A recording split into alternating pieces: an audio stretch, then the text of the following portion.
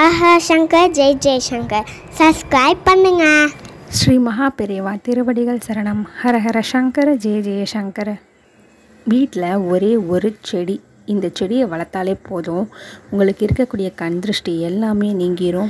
எதிரிகளே இருக்க மாட்டாங்க. அப்படியே இருந்தாலும் அவங்க எல்லாருமே விலகி ஓடி போயிடுவாங்க. அதை தாண்டி செல்வ வளம் அப்படின்றது உங்கள் வீட்டில் அதிகரித்துக்கிட்டே போகும். அப்படிப்பட்ட அற்புதமான செடி இருக்குது. இதை பற்றி மகா பெரியவா நிறைய இடங்களில் சொல்லியிருக்கார்.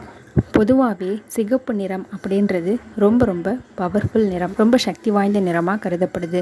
எதிரிகளை விளக்கக்கூடிய நிறம் அப்படின்னாலும் சிகப்பு தான். இன்னைக்கு வரைக்குமே கிராமப்புறங்களில் எல்லாரோட வீடுகள்லையுமே இந்த செடி வாசலுக்கு முன்னாடியே வச்சுருப்பாங்க.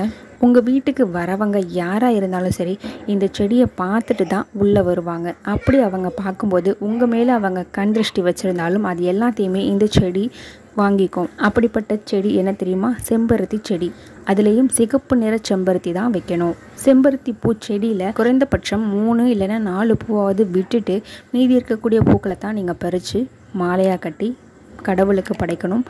அந்த செடியில் கண்டிப்பாக 4 இல்லை 3 பூ இருக்கணும். அப்போ தான் எதிரிகளோ இல்லை வேண்டாதவங்களோ உங்கள் வீட்டுக்கு வரும் பொழுது அவங்களுடைய கண் திருஷ்டியை அந்த பூ வாங்கிக்கும். காலையில் எழுந்திருக்கிறச்சு நல்ல விரிஞ்சிருக்கும். சாயங்காலம் ஆனப்புறம் அது கொஞ்சம் கொஞ்சமாக வாடி வதங்கி போயிடும். அந்த கண் நேரு திருஷ்டி இது எல்லாத்தையுமே நீக்கக்கூடிய அற்புதமான செடி. செடி வைக்கிறதுக்கு வசதி இல்லாதவங்க என்ன பண்ணணும் அப்படின்றதையும் மகாபெரிவா சொல்லியிருக்கார். உங்கள் வீட்டு வாசலில் ஒரு கிண்ணத்தில் தண்ணி வச்சு அதில் ஒரே ஒரு செம்பருத்தி பூ போட்டு வச்சா கூட ரொம்ப நல்லது. இந்த பூவை தினமும் மாற்றிகிட்டே இருக்கணும். இதுவுமே உங்களுக்கு ஒரு நல்ல பணவரவை கொண்டு வந்து கொடுக்கக்கூடியதாக இருக்கும்னு சொல்லியிருக்கார். ஏழை எளிய மக்களுக்கு தகுந்த மாதிரி அவங்களுக்கு பரிகாரம் சொல்கிறதுல மகாபெரியவாளை மிஞ்சுறதுக்கு ஆளே கிடையாது.